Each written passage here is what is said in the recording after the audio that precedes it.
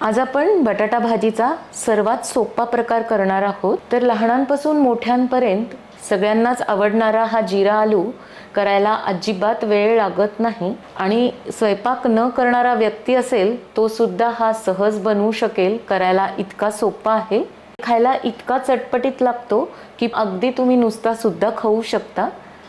चटपटीत जिरा आलू करण्यासाठी इथे मी 4 बटाटे उकडून घेतलेत। याचा आता साल काढून घ्यायचंय। बटाट्याचं साल आता काढून झालेलं आहे, याला कट करून घ्यायचंय।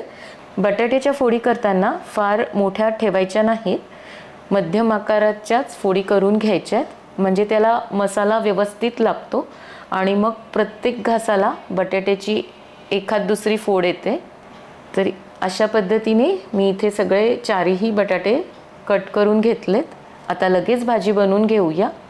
भाजी करण्यासाठी कढईमध्ये 2 ते 3 टेबलस्पून तेल घालायचे। तेल छान गरम झालं की पाव चमचा मोहरी घालायची आहे।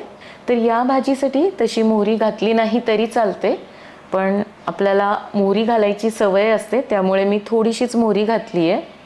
मोहरी छान तडतडायला सुरुवात झाली की 1 मोठा चमचा जिरे घालायचेत। तर यासाठी जिरे थोडे जास्तच वापरायचेत कारण हा जिरा आलू आहे।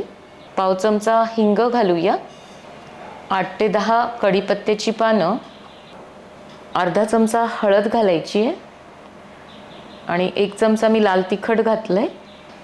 थोडंसं चमच्याने हलवून घ्यायचं आणि लगेच आता चिरून घेतलेले बटाटे घालूया।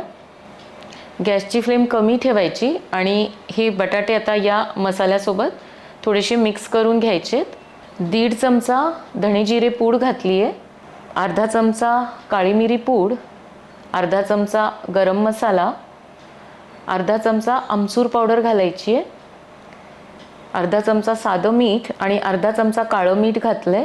काळं मीठ आणि आमचूर पावडर नसेल तर तुम्ही 1 चमचा चाट मसाला सुद्धा घालू शकता।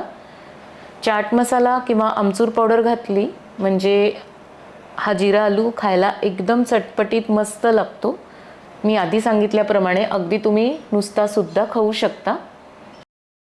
आता 1 मिनिटभरच हे सगळं परतून घ्यायचंय। तर या भाजीला जास्त परतायची गरज नाही। 1 चमचा यामध्ये कसुरी मेथी घालायची आहे, तर थोडीशी हातावर चोळून घालूया।